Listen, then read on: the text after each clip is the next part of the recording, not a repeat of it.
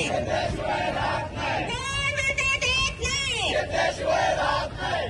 आपल्या जिल्ह्याचे पालकमंत्री माननीय चंद्रकांतदादा पाटील निवेदन मला मिळालं आहे. मी आणखीन शॉर्ट निवेदन मुख्यमंत्र्यांच्या नावाने मागितले, तर उद्या मुख्यमंत्री आणि दोन्ही उपमुख्यमंत्री सहजपणे भेटतील. कॅबिनेट आहे, रात्री गाडीवर जाईपर्यंत निवेदन नवीन देतील, त्याप्रमाणे मी बोलतो.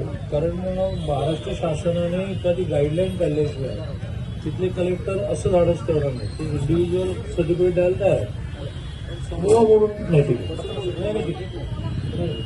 समूह म्हणून जर हव्या असतील तर याला राज्याचा GR लागेल. म्हणून मग आज ठरलं असं की मुख्यमंत्र्यांच्या नावाने जे दिलेलं पत्र आहे तेच दोन्ही उपमुख्यमंत्र्यांच्या नावाने द्यायचं. म्हणजे मग आयदर मुंबईत बैठकीला बोलवतील किंवा मुंबईतनं बैठकीला बोलवता योग्य आहे म्हणून निर्णय करतो.